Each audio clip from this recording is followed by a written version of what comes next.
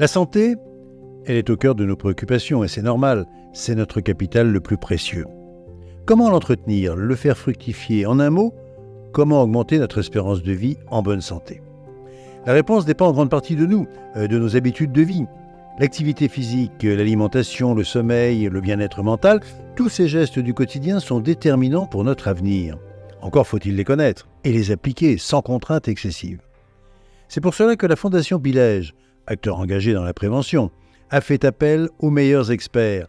Avec la série de podcasts En avant la santé, il vous donne rendez-vous avec un objectif, comprendre pour agir.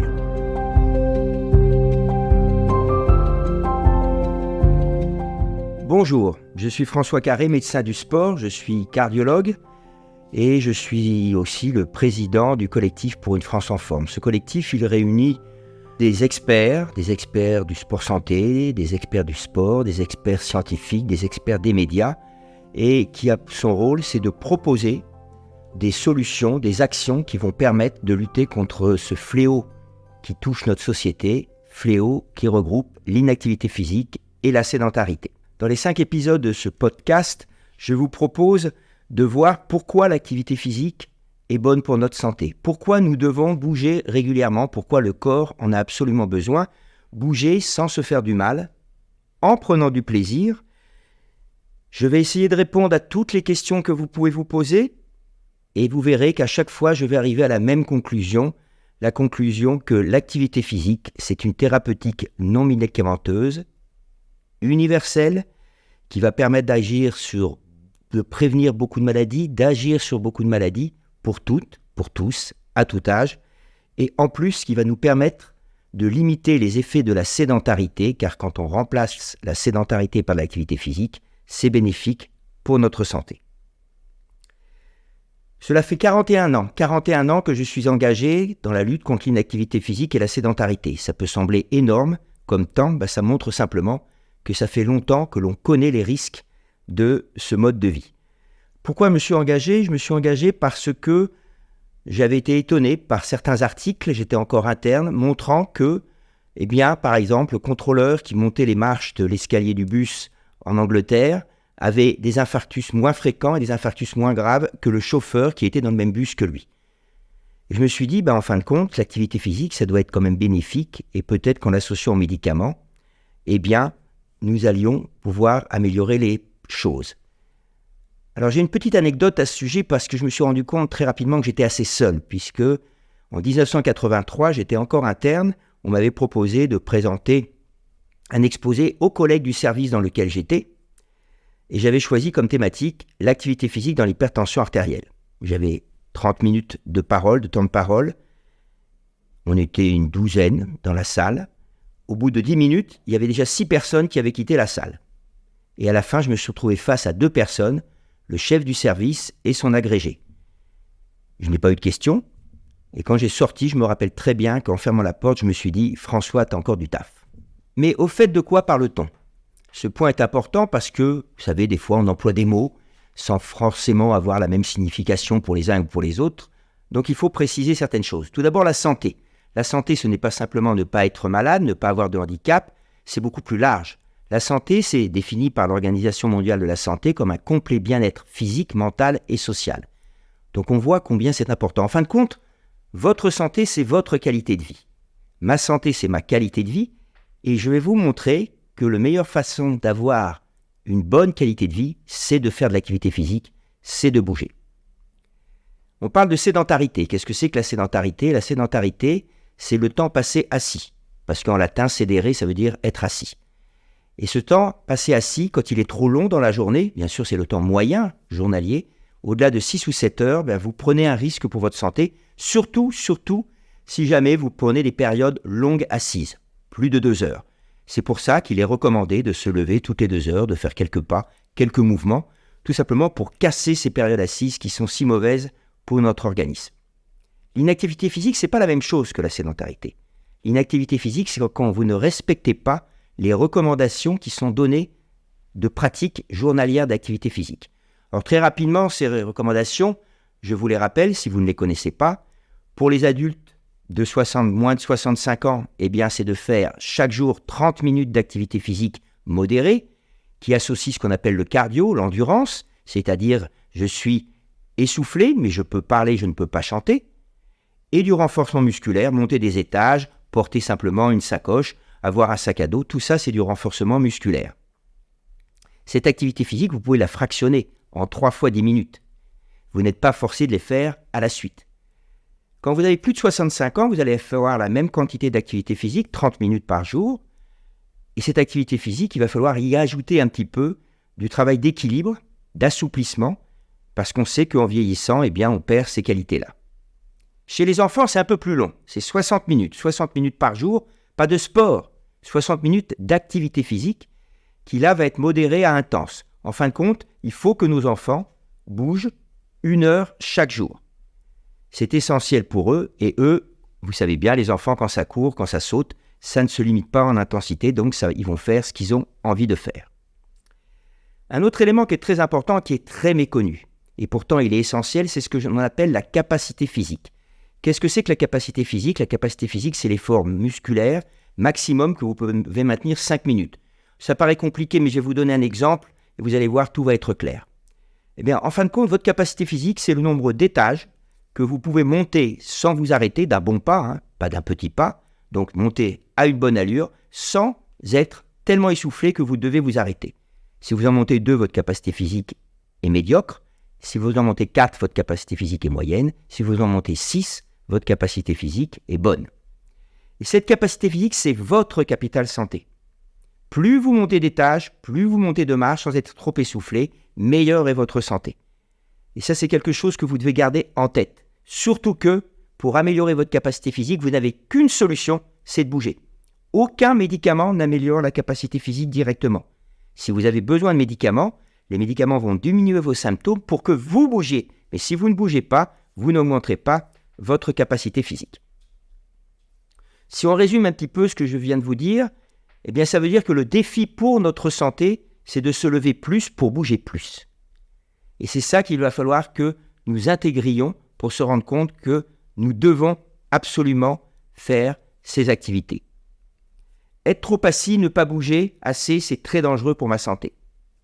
Personne n'est épargné. Nous sommes face à une addiction à la chaise.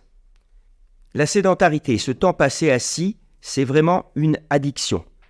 Vous vous rendez compte qu'aujourd'hui, quand vous avez un travail sédentaire, déjà au travail, vous êtes assis entre 7 et 8 heures par jour. Après, dans vos temps de loisirs, vous allez être assis entre 4 et 5 heures par jour, puisque la moyenne du temps passé assis devant la télévision pour la France, c'est 4 heures par jour. Donc on se retrouve à peu près à 12 heures par jour, la moitié d'une journée passée assise. Combien de temps vous passez assis pour prendre le métro quand vous êtes assis pour 1 ou 2 stations? Voilà des exemples où il faut se poser cette question. Est-ce que j'ai besoin d'être assis? Parce qu'en fait, vous pensez que la chaise vous aide et vous repose, c'est faux. J'ai l'habitude de dire que la chaise vous ment. Pourquoi elle vous ment? Parce que quand vous êtes assis, bien sûr, vous vous reposez, mais dès que vous vous relevez, vous êtes aussi fatigué qu'avant. Donc en fin de compte, la chaise vous a leurré. Et je prends un autre exemple qui va vous montrer la problématique, ce sont les enfants. Les enfants, quelles sont leurs phrases préférées actuellement, les adolescents? J'ai la flemme et je m'ennuie, voilà leurs 2 phrases. Pourtant, ils passent énormément de temps assis ou allongés, donc ça ne les repose pas. Et puis ça les ennuie. Ça les ennuie, ils sont ennuyés, alors qu'ils bougeraient, eh bien ils seraient moins fatigués, et en plus, ils auraient, comme on dit, la banane, parce que ça donne du plaisir. Donc on voit effectivement que cette addiction pose un grand problème. Alors si on regarde les chiffres que l'on a à notre disposition, c'est vrai qu'on est un peu effaré, puisque en 2020, on considère que chez les enfants de 11 à 17 ans, près de 50% ont un risque sanitaire très élevé. C'est ce que nous dit l'Agence nationale de la sécurité de l'environnement sanitaire. Qu'est-ce que cela veut dire qu'un risque sanitaire très élevé? Eh bien, par exemple, aujourd'hui, nous avons des enfants de 15 ans, 16 ans qui ont des maladies de vieux. Des maladies de vieux, par exemple, un diabète. Le diabète de type 2, quand j'étais jeune médecin, même pas, il y a 15 ans, ça touchait l'homme de 50 ans. Aujourd'hui, ça touche les enfants de 15 ans, de 16 ans. Et on voit que la première cause d'arrêt cardiaque avant 30 ans, c'est l'infarctus du myocarde. Eh bien pareil, il y a 15 ans, l'infarctus du myocarde, on le faisait à 45 ans. Donc on voit en fin de compte que nous avons des enfants qui sont en mauvaise santé, contrairement à ce que les parents vont croire. Alors les parents, est-ce que c'est mieux? Eh bien non, puisque quand on regarde les Français adultes, En 2022, 95% d'entre eux ne respectaient pas soit les 30 minutes d'activité physique dont je vous ai parlé, soit le temps de sédentarité, c'est-à-dire qu'ils passaient trop de temps assis. Alors comment est-ce que l'activité physique va marcher ?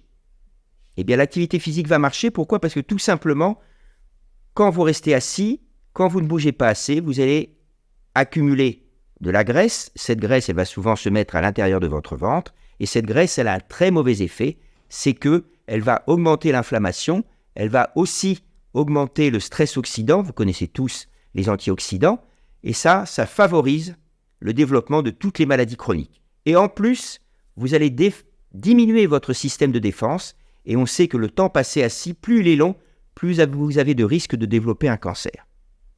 Alors qu'à l'inverse, si vous bougez, vous allez remettre en route des gènes. Vous ne savez même pas qu'ils existent, et bien ces gènes, ce sont un héritage d'Homo sapiens. Vous savez, votre lointain ancêtre, qui était un chasseur-cueilleur.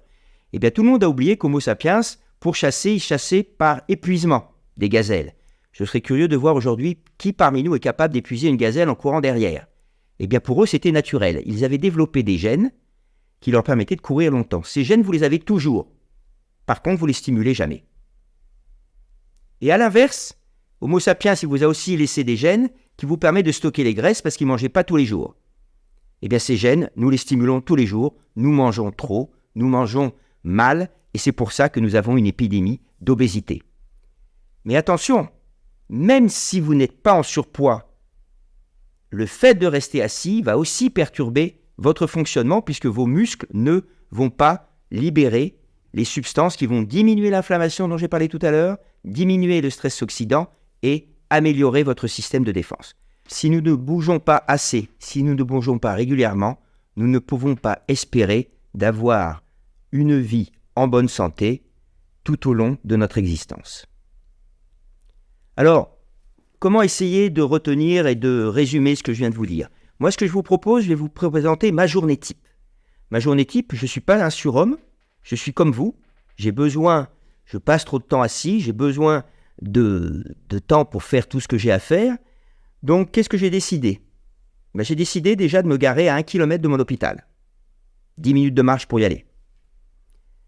Le soir, je retourne à ma voiture, 10 minutes de marche, je suis déjà à 20 minutes. Le midi, je vais marcher 10 minutes après manger. J'ai fait mes 30 minutes. Pendant mon travail, je passe trop de temps assis. Qu'est-ce que je fais ? Je vais rompre ce temps assis en profitant de la moindre occasion pour me lever et bouger. Par exemple, je ne téléphone jamais assis. Je téléphone en marchant, mon téléphone est sur mon oreille. J'ai mis ma poubelle à l'autre bout de mon bureau. Comme je suis très mauvais pour jeter mon papier, je vais le déposer dedans.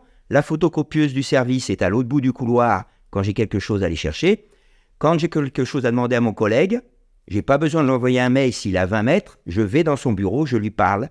Et voilà comment je vais arriver à rompre cette activité.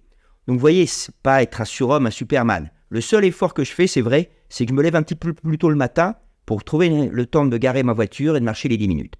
Mais vraiment, je sais que ça en vaut la peine pour ma santé. Dans le prochain épisode de cette série En avant la santé, je vais répondre aux questions qu'on se pose le plus souvent pour essayer de changer son mode de vie. Ce podcast vous a été proposé par la Fondation Pilège, acteur engagé dans la prévention et la médecine des modes de vie. Pour être informé des prochains épisodes, abonnez-vous à notre chaîne. À bientôt.